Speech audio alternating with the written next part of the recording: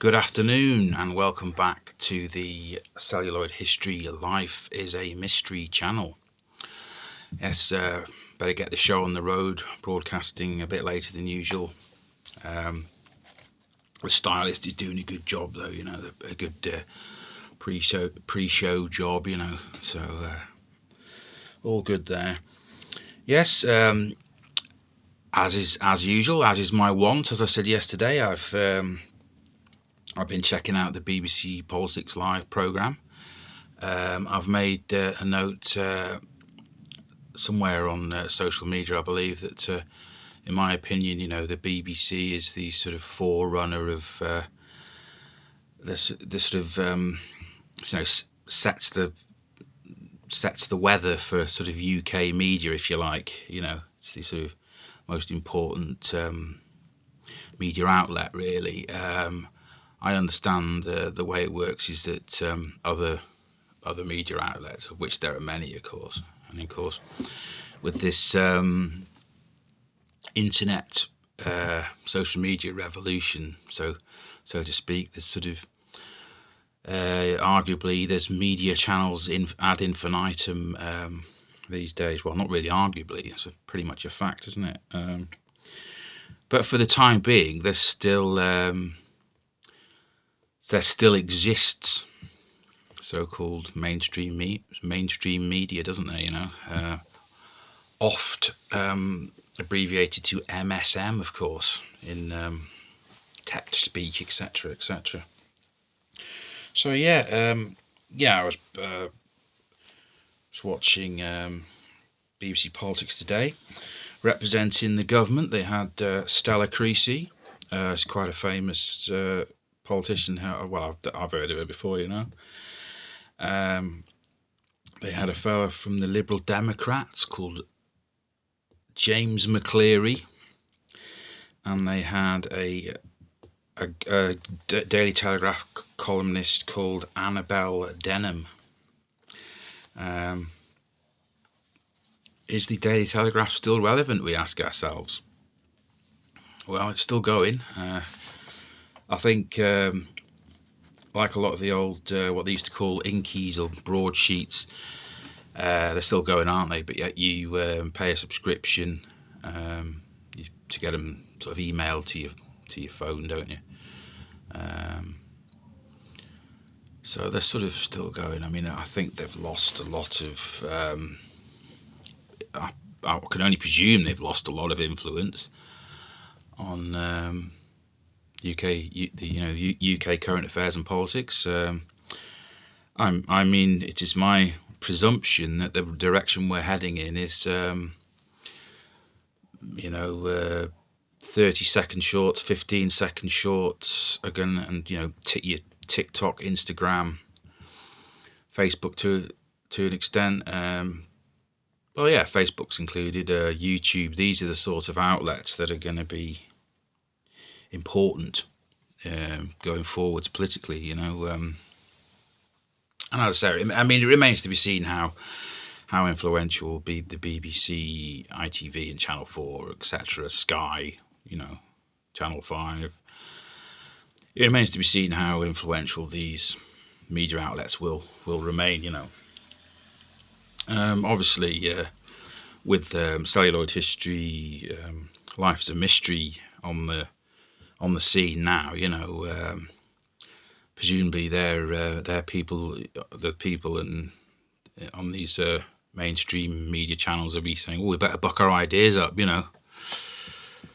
Celluloid History, Life is a Mystery channels in town now, Anyway, moving swiftly on. Did I do my usual welcome to... I don't think I did. So the usual welcome to fans of the Kildares, Rebecca Fishpond, Open Up, and of course, not forgetting, Emergency Exit. Yes, so on the show with Vicky Young today, Stella Creasy from Labour, James McCleary from Liberal Democrats. This is the BBC show. I hope they don't mind me borrowing their their output. I pay my license fee, you know what I mean. And Annabelle Denim from the Daily Telegraph. Yes, so you know, we'll try and keep it within you know, the 29 minutes or less mark. You know, we'll see how we go. But apparently, it has been reported that I think it was the Guardian that reported this, that the next budget is likely to include higher taxes for the wealthy. You know, you might say, you know, no surprise there from a Labour government. So they started off talking about tax, and a Liberal Democrat fellow, James McCleary, he was making the slightly sort of obvious point, I suppose you could say, that it's growth that needs to be stimulated, you know. As you may predict, the lady from the Daily Telegraph, Annabelle Denim, was she was fighting the corner for the wealthy, basically. She made the point that the top the people at the top, the wealthy, pay. Is it the people who have to pay? They call it super tax. Anyway, the people who pay the highest rate of tax pay. They contribute 29% of income tax. People at the very top. Sorry, the top. Yeah, the top. Was it the top half? She said. Sorry, yeah, I'm not. I'd have to revisit that fact. But anyway, the point she was making was that the very wealthy pay an awful lot of tax as it is, and the bottom half of the population in wealth terms, the bottom half of the population in wealth terms, pay less than 10% of income tax. He was specifically talking about income tax, you know, so you'll have to excuse me, I'm not an expert on tax yet. So she was making the point that, you know, most people don't want tax increases. Of course, it saddens me often that this thing about tax is kind of, you know, the unpopularity of tax is actually used by both Labour and Conservatives, isn't it? You know, but the overall point that I always try and make regarding tax is, it may sound obvious, but it all depends on what the tax is spent on, doesn't it? Tax per se is not necessarily a bad thing, is it? If it improves quality of life, basically, you know. But this is it. I mean, possibly partly to blame is the fact that, you know, Labour these days get blamed, accused of being watered down Tories, but for whatever reason, the so-called man in the street, whoever he actually is, you know, often bemoans, you know, the idea of tax. You know, it's like a tax is a dirty word, you know, but of course it depends what it's spent on. Like I say, I mean, if it's spent, you know, like say for example, a popular thing is to moan about, and say, for example, motorists moan about potholes, isn't it, and or state of the transport system, etc., etc. Now, if the taxation system sorts that all out, so we have smooth roads and better transport system, then everyone's a winner, aren't they? You know. So I mean, I'm not suggesting that most people are daft and they don't know the principles of income tax and taxation. I'm just saying that it's a shame for it's kind of been demonized, tax, you know, and so it's like a dirty word, you know.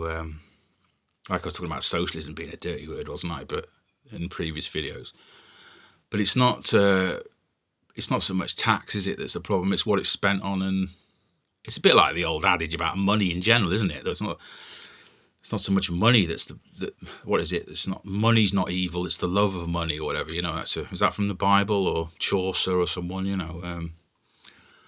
But anyway, yeah, be giving away my social democrat principles there with that little quote there, aren't I? But yeah, you get the point anyway. But I'll moving swiftly on. Yeah, I mean, the Annabelle Denham was, making the point that a lot of people on the right have been making lately about how if you tax the wealthy too much, if you tax business too much, big business owners are going to take their business elsewhere, because one thing about very wealthy people is they're mobile. They can they can get a first class flight at the drop of a hat, can't they? Because they can afford it, and they can afford fleets of vehicles and stuff, yachts and stuff. So, I mean, she was making the point, that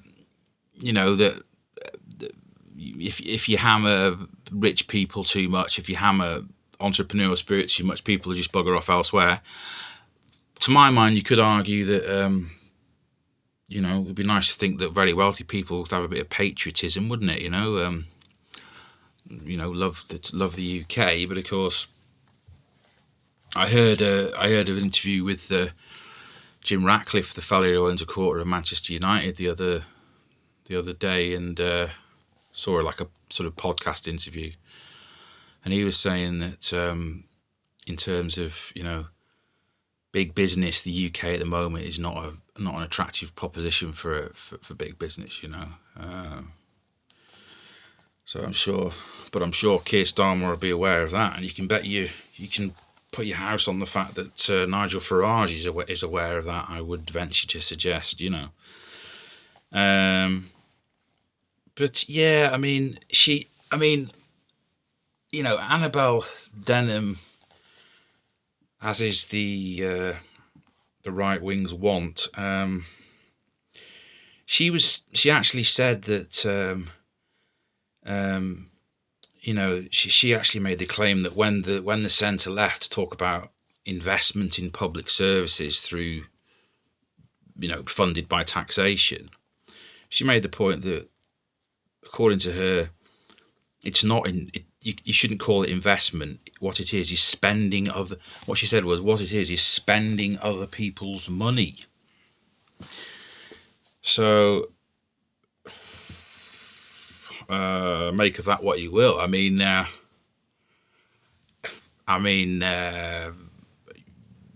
you're sort of getting into deeper realms of, dare I call it, I don't know, economic philosophy, aren't you? Really, there. I mean, one person's healthy taxation strategies is another person's. You're spending my money, chief. What do you think you're doing? I mean, depends whether you're centre, whether you're in the centre, whether you're on the left or whether you're on the right, really, isn't it? As far as as far as your politics goes, I should say. Sorry.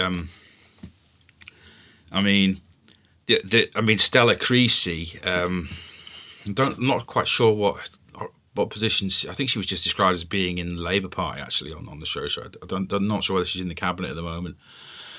But she made the point that there's currently 1 million women out of work due to childcare commitments, and she was basically saying that if you invested in better sort of a nationalised childcare system, you could immediately free up those 1 million women to work, therefore pay tax, therefore strengthen the economy, and contribute to the growth that the fella from the Liberal Democrats, James McCleary, was saying is crucial. Growth is crucial. So it was quite interesting, really. Sometimes it's people on the right. I'm aware we've gone over the 14-minute mark, by the way. To wake up at the back and stop throwing paper airplanes. Yes. It was interesting the way that the discussion was basically revealed, that oh, that's the point I was going to make. Yeah, sometimes the right wing of politics rather simplistically gets called selfish, doesn't it? Self-centered. I'm not saying that's not the case. I'm just saying it's quite a simplistic way of describing people who are right wing. Because I've already made the point in previous videos that, to an extent, entrepreneurial spirit and big business in the modern world is needed. I mean, we don't really want to be going back to the Stone Age, do we? Well, some people might argue that's a good idea, actually. But anyway, I don't want to digress too much. But I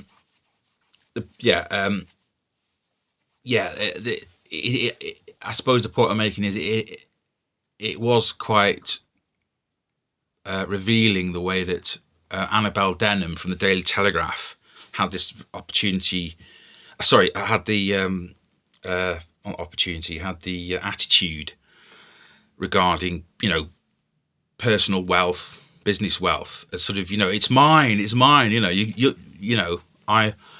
can't have it. It's mine. Whereas Stella Creasy from the Labour Party represented more of the attitude of looking out for your neighbour, if you like, without sounding too New Testament about it. The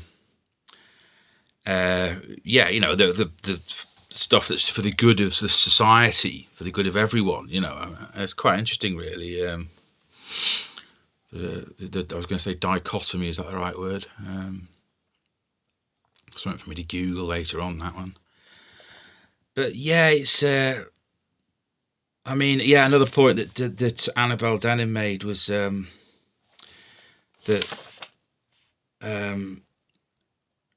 because later on in the show, the subject of the controversial goings on regarding UK farmers came up, and the government line was that that the changes were made to the inheritance tax system regarding the farming industry because some people were taking advantage of the taxation system in order to line the pockets. Basically, they'd found loopholes and they were sort of abusing the system. So the Stella Creasy's line was that it needed reform. It needed reforming in order to make it fairer in terms of the whole of society, sort of thing. So stop people who worked in the farming industry from finding these tax loopholes. Now, Annabel Denham made the point that just because someone is successful, and by that I presume she means rich, basically, just because somebody is wealthy does not mean it's not a crime. She was making the point that too often in the UK, wealth is seen as a bad thing. Well, it's she just means by the contemporary, I suppose what you might call liberal left mainstream media, perhaps. So many of these terms bandied around. It's all sort of pigeonholing, isn't it, really? But yeah, she's basically saying that you shouldn't presume that financial success, prosperity equals, dodgy Del Boy sort of, or white collar crime, or whatever you want, whatever dark arts you want to call it.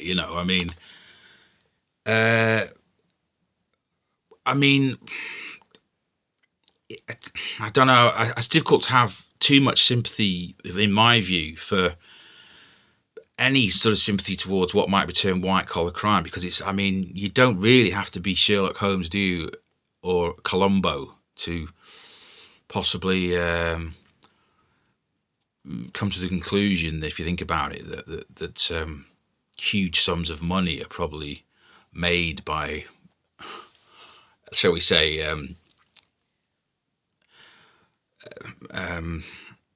the click of a button these days, you could say, rather than the sending of a letter or the writing, by people in high places, I'm not suggesting that everybody who's got a high-powered job or works in big business is a crook. By any stretch of the imagination, I'm not suggesting that. But the idea that it's a little bit, you could almost say naive, couldn't you, to sort of take a stance of, oh, don't knock success. I mean, how rich were the Cray twins, or how rich was Al Capone? I mean,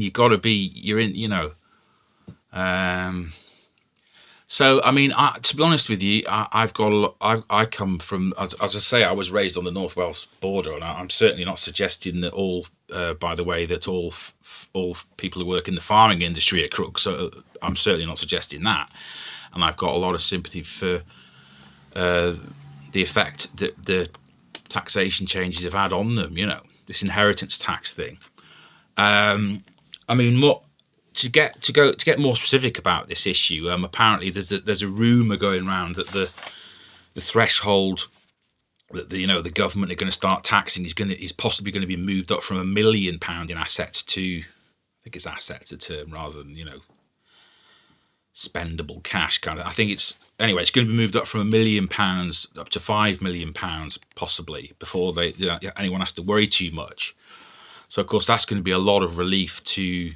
I think I've got those figures right. Apologies if I haven't. That's going to be a lot of relief to many farmers. And of course, the point was made today that not only farmers, but the farm labourers, there's not everybody owns a farm, but a lot of people might work on a farm. And another point that was made today was that, a lot of farm labourers work more than a 37 or a 37.5 hour week. That's an average work full-time hours, isn't it? It used to be 39 at one point, didn't it? I think some people work 35 maybe, but anyway, the point I was making was a lot of farm labourers work more than 37.5 hours a week. They work more like 50 or 60 hours a week. It's just the nature of the beast, if you excuse the pun, isn't it? If you're farming cows and sheep. So I was going to try and make some joke about baking then, but you don't really farm bread, do you? But then it would have been the nature of the yeast, or if you own a brewery. But I don't know, that maybe it's a bit of a sort of tumbleweed rolling past joke, that one. So we'll just pause to take that one in. Moving on. I've almost got too much stuff to try and cram in, to be honest.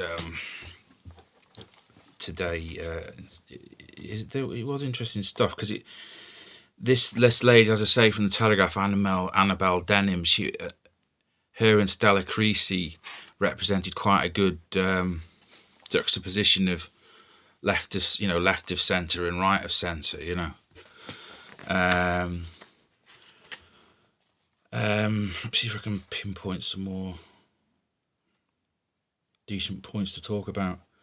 Oh, there was one quite interesting thing that I noticed was they actually interviewed a real life farmer, for our sins, and called Ben, and I forget what part of the country he was in, but he seemed to have a real life farmer's shed behind him anyway. So we'll take them at their word. Sorry. He was having a good old chat with Vicky Young, and sort of video call. But he ended up sort of giving the game away in a sense for the pro farmer argument, because he ended up saying, if you don't want people to find tax dodges, then don't create tax loopholes. He sort of said to Stella Creasy, which is a little bit of a sort of shooting yourself in the foot moment, isn't it? Because it's almost like it's not doing much for the farmer's argument, that by sort of saying, well, blaming it on the government for.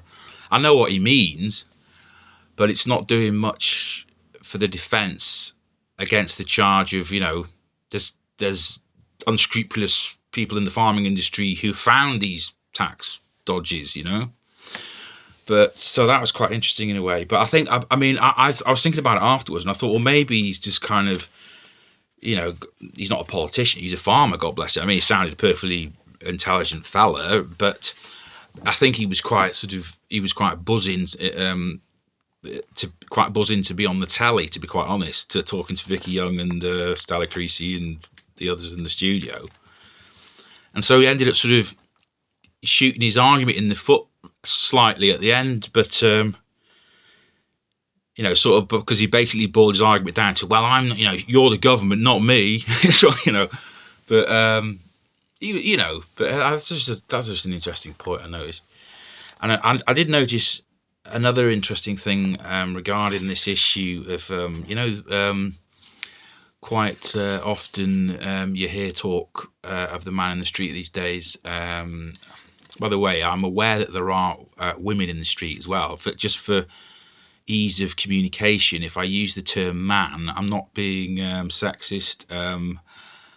You know, if I talk about mankind, I'm talking about humankind, you know. But for ease of communication, I just, you know, sometimes I might just use the word man when I just mean people, you know, sort of as in mankind. Just thought I'd make it better clear that up. You can't be too careful these days, can you? You know, let's be honest, you know.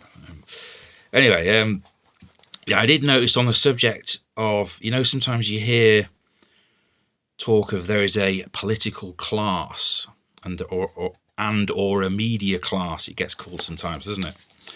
Well, one thing I did notice is that later on in the show, they were talking about the China espionage, the China spy espionage crisis, which is ongoing, and which, as I made the point yesterday, I'm finding it all quite in-house, really, you know. I mean, it's a bit 007, isn't it? This kind of Chinese spy espionage story. I mean, it's apparently it's become, if you work in the higher echelons of UK security, China are seen as a threat, especially in cyber threat, as are the Russians. You know, you can't be too careful. You know, get your firewalls up, or whatever you call it. You know, on your computers. You can tell I'm not IT.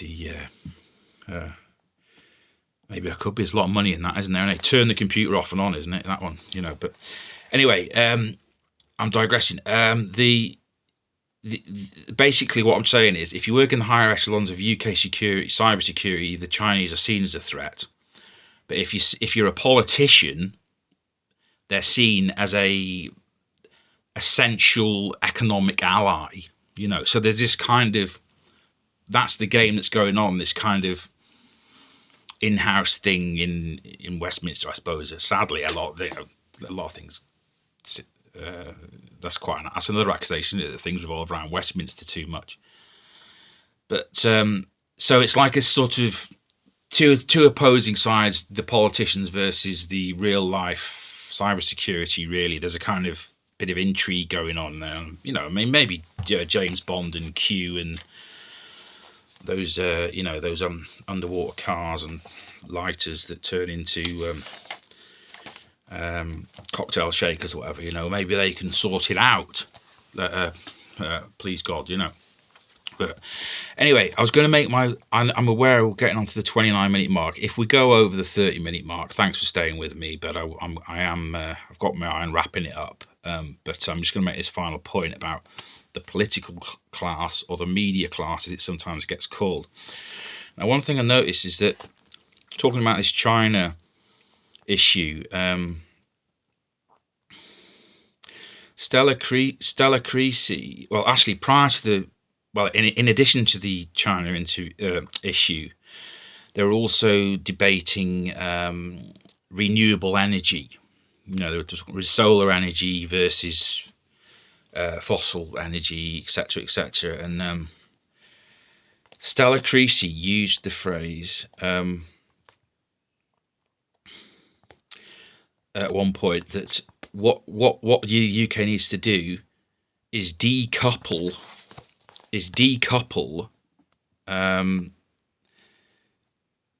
economic growth from fossil fuels. She used the term decouple. That UK economic growth needs to be decoupled from fossil fuels. And I noticed that a few minutes earlier when they were talking about China, Annabelle Denham had used the phrase decouple with regards to the UK's relationship with China.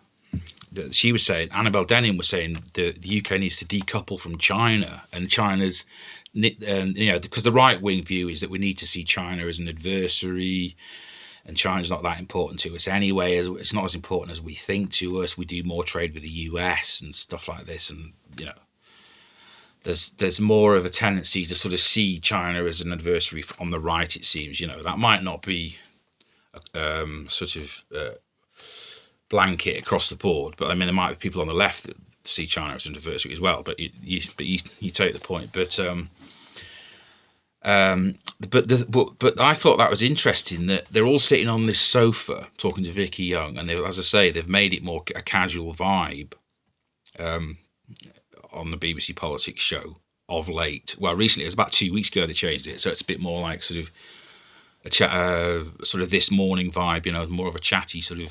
They've trivialised it slightly. That's just my view, dumbed it down slightly. But as I say, are we going in the show business direction?